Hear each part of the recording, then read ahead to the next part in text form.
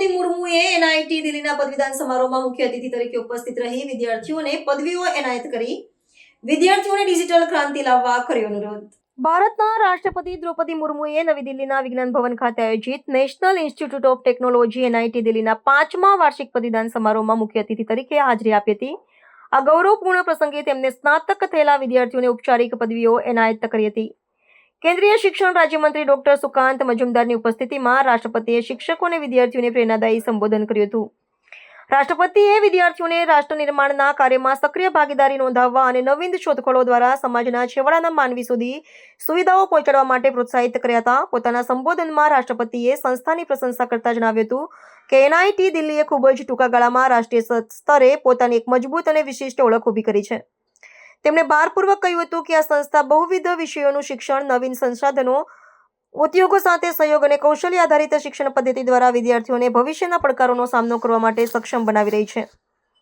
તેમણે સંસ્થામાં સ્થાપાયેલા સ્ટાર્ટઅપ કેન્દ્ર અને ઇન્ક્યુબેશન કેન્દ્રની પણ નોંધ લીધી હતી, જે વિદ્યાર્થીઓને ઉદ્યોગ સાહસિક બનવા માટે જરૂરી સ્ત્રોતો અને માર્ગદર્શન પૂરું પાડે છે.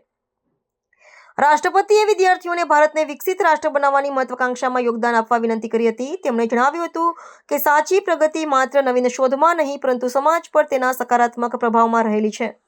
તેમણે તકનીકનો ઉપયોગ ગ્રામીણ વિસ્તારોમાં ડિજિટલ ક્રાંતિ લાવવા, અસમાનતા ઘટાડવા અને લોકોના જીવનમાં નવી આશા જગાડવા માટે કરવા પર વિશેષ ભાર મૂક્યો હતો. આ સમારોહમાં સંસ્થાના નિર્દેશક, અધ્યાપકો અને મોટી સંખ્યામાં વિદ્યાર્થીઓ તથા તેમના વાલીઓ ઉત્સાહભેર જોડાયા હતા.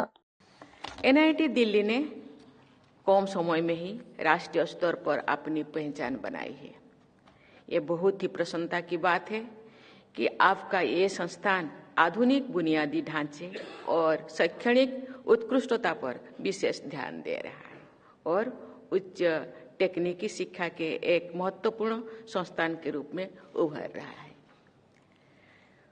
मल्टीडिसिप्लिनरी एजुकेशन, नवाचार, शोध, उद्यमों के साथ साथ सहयोग और कौशल आधारित शिक्षण को बढ़ाई देकर ये संस्थान भविष्य की आवश्यकताओं के अनुसार विद्यार्थियों को सक्षम बना रहा है।